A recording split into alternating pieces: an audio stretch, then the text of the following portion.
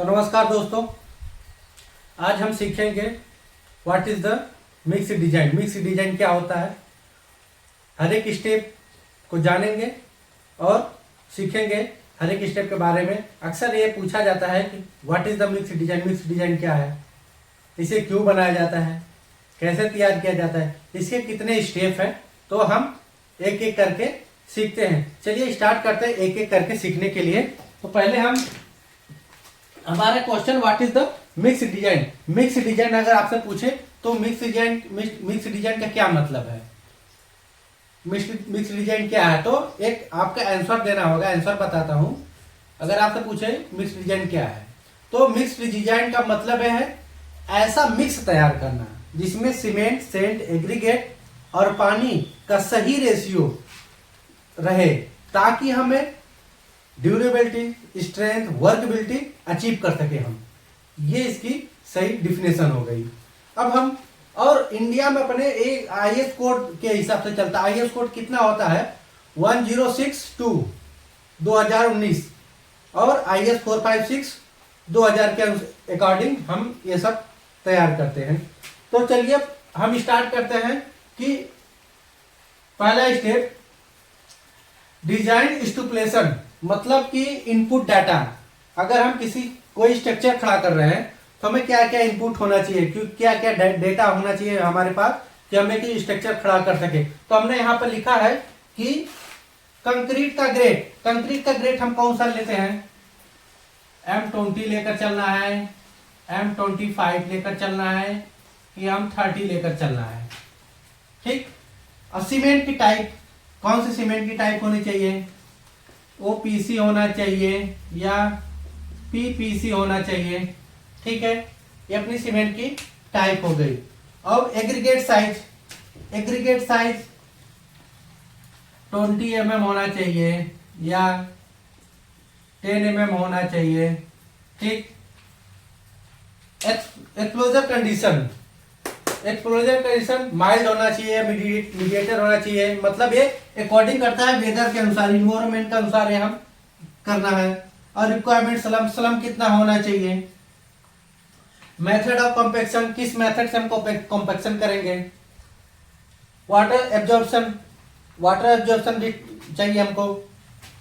और specific gravity भी चाहिए, सीमेंट की स्पेसिफिक ग्रेविटी। वाटर एब्जॉर्प्शन हम ब्रिक वर्क के लिए हम करते हैं। मेथड ऑफ कॉम्पैक्शन, जब एक्सीवेशन करते हैं उसको कॉम्पैक्शन करते हैं, या फिर प्लिंथ जब हम भरते हैं, बैक फिलिंग करते हैं, उसका ये है। और एडमिक्सचर हमको रिक्वायर्ड है कि नहीं है, डालना है कि नहीं है, तो ये सब चीज हम उसमें जानते हैं। ये हमारा हो गया पहला स्टेप। अब हमारा दूसरा स्टेप है target of main strength. Concrete की अब हम स्ट्रेंथ टारगेट करेंगे। तो इसका फार्मूला होता है स्ट्रेंथ, टारगेट स्ट्रेंथ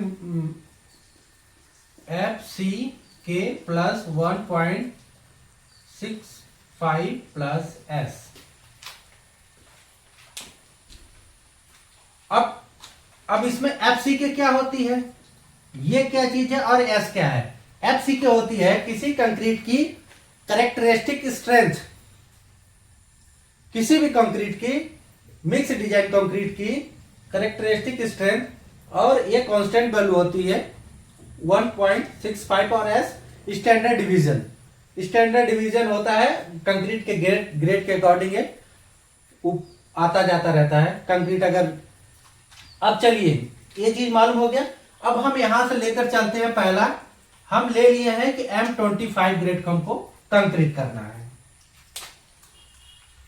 हम डिसीजन ले लिए कि भाई हमको M25 ग्रेड को कंक्रीट करना है। तो M25 ग्रेड का स्टैंडर्ड डिवीजन होता है 4।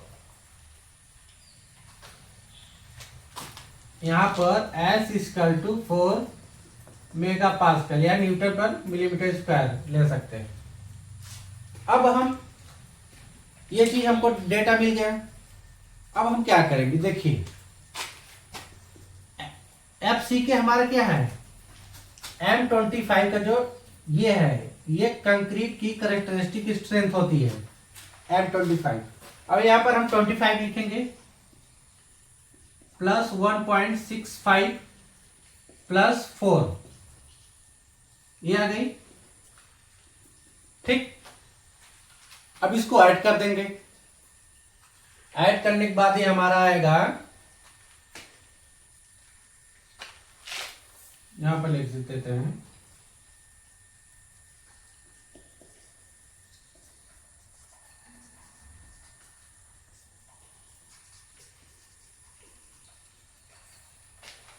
ठीक। ये हमारा ऐड करने के बाद 31.6 मेगा पास्कल या न्यूटन पर मिलीमीटर स्क्वायर। ये हमारी आ गई M20 ग्रेड की करेक्टरिस्टिक स्ट्रेंथ, मतलब हमारे टारगेट स्ट्रेंथ, जो कि हमको 28 दिन क्यूरिंग टाइम पीरियड के बाद मिलेगा। अब हम ये आगे ये निकालिए। ठीक, ये हमको मिल गई। अब हम इसमें वाटर सीमेंट रेशियो निकालेंगे। भाई वाटर सीमेंट रेशियो क्यों निकाला जाता है, किस कंडीशन में निकाला जाता है? कंक्रीट की स्ट्रेंथ जानने के लिए, durability, workability, exposure condition. Water cement ratio exposure condition के हिसाब से देखा जाता है। गर्मी का मौसम है तो हमको पानी की ज्यादा आवश्यकता होगी, ठंड का मौसम है तो नॉर्मल रहेगा, बारिश का मौसम है तो हमको क्या है कि पानी थोड़ा कम डालना पड़ेगा। तो ये इसके हिसाब से हम वाटर सीमेंट रेशियो लेकर चलते हैं इसके आधार पर। अब देखिए M25 के लिए अपना वाटर सीमेंट रेशियो कितना होता है, लगभग हम इतना मान, देखिए M25 के लिए रेशियो कितना होता है, 0.45 से लेकर 0.5 तक होता है। ठीक, अब दोस्तों जगह कम है, इसका स्क्रीनशॉट ले लीजिए। अभी हम इसको मिटा के हम अगला स्टेप स्टार्ट करते हैं। ले लिए, तो चलिए दोस्तों, हमने 3 पार्ट सीख लिया है। चौथा स्टेप सीखेंगे, 5वां, 6, 7, 8, 9, 10, ये पार्ट हम अब सीखेंगे। देखिए हमारा चौथा पार्ट है वाटर कंटेंट। हमको कितना वाटर की जरूरत पड़ेगी। अब देखिए IS 1062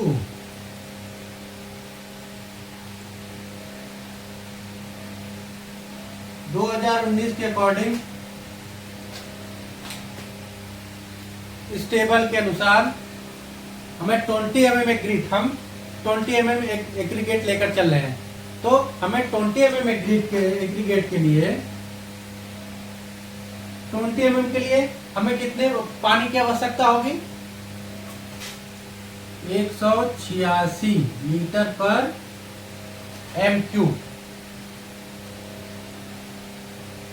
ठीक, ये हमको मिल गए, यहां से पानी मिल गई हमको M20 के लिए। अब हम सीमेंट कंटेंट निकालेंगे। सीमेंट कंटेंट के हिसाब से इसको भी निकाला जाता है। अब सीमेंट कंटेंट के हिसाब से इसको हम कैसे निकालेंगे, देखिए सीमेंट कंटेंट होता है, सीमेंट इक्वल टू क्या होता है, वाटर भागा वाटर सीमेंट रेशियो।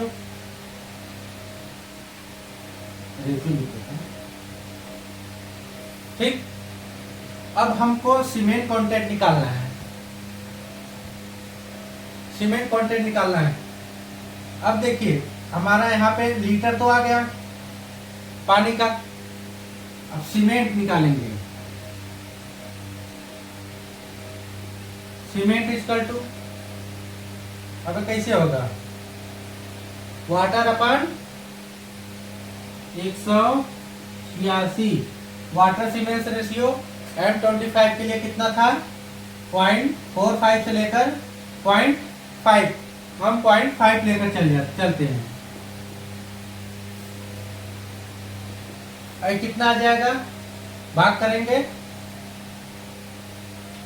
कितना आएगा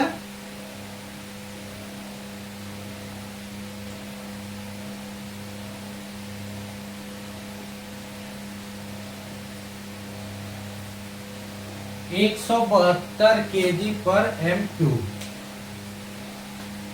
कितना, सॉरी 172 में 372 आएगा। 172 कैसे हो जाएगा? इसी थोड़ी डाल है। तो 372 kg पर m क्यूब सीमेंट आ गया। हमको पानी मिल गई, हमको सीमेंट मिल गया, कंक्रीट M20 एग्रीगेट M20 लेकर चले हैं 20 mm का, मिक्स एजेंट M25 लेकर चले हैं। ठीक, हमको ये चीज मिल गई। अब हम क्या निकालेंगे? एग्रीगेट का प्रोपोर्शन, मतलब कि हमका एग्रीगेट कितना प्रोपोर्शन में होना चाहिए, कितना परसेंटेज में होना चाहिए। अगर हम ये चल रहे हैं, देखिए fine aggregate and coarse aggregate. Fine aggregate किसको बोलते हैं? सैंड को बोलते हैं। कोर्स एग्रीगेट बोलते हैं 20 mm। देखिए हमारा सैंड 36% होता है। 35 ले लेते हैं तो काउंट करने में सही रहेगा लगभग। और 20 में हम ले लिए कितना, और 100 में से 35 निकालेंगे कितना आएगा? 65। 65 हमारा है। ये कैसे निकाला जाता? IS 10626, IS 10262 होता है इसके IS। यहां पर मिस्टेक हो गया था, तो इसके अकॉर्डिंग हम यहाँ पे ये हम निकाल लिया अपना एग्रीगेट का प्रोपोर्शन। अब एग्रीगेट क्वांटिटी कितनी होनी चाहिए, सैंड की क्वांटिटी कितनी होनी चाहिए, और 20 mm एग्रीगेट की क्वांटिटी कितनी होनी चाहिए। तो देखिए इसका प्रोपोर्शन क्या होता है। सैंड हमारा होना चाहिए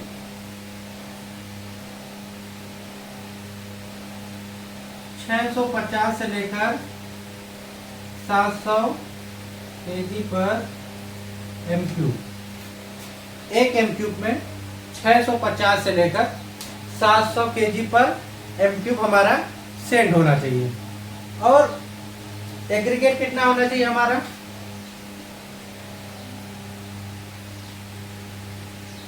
एग्रीगेट हमारा होना चाहिए 1150 से लेकर लगभग 1200 kg पर m क्यूब। इस IS कोड के अकॉर्डिंग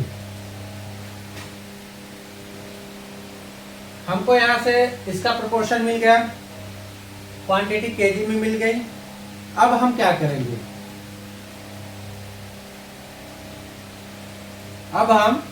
अब देखिए, अब ट्रायल मिक्स करेंगे, क्योंकि हमको ये सब चीज करने के बाद सब चीज हमको मालूम किया तो लैब में ट्रायल तो करेंगे। ट्रायल करेंगे हम। ट्रायल क्यों करते हैं? स्लम टेस्ट करेंगे, उसको ट्यूब का स्ट्रेंथ निकालेंगे, उसकी वर्कबिलिटी देखेंगे, फिनिशिंग देखेंगे। ये सब चीज के लिए हम ट्रायल मिक्स करते हैं सनलाइट पर। उसके बाद हम ट्यूब टेस्ट करेंगे। ट्यूब टेस्ट होता है 7 डेज, 28 डेज।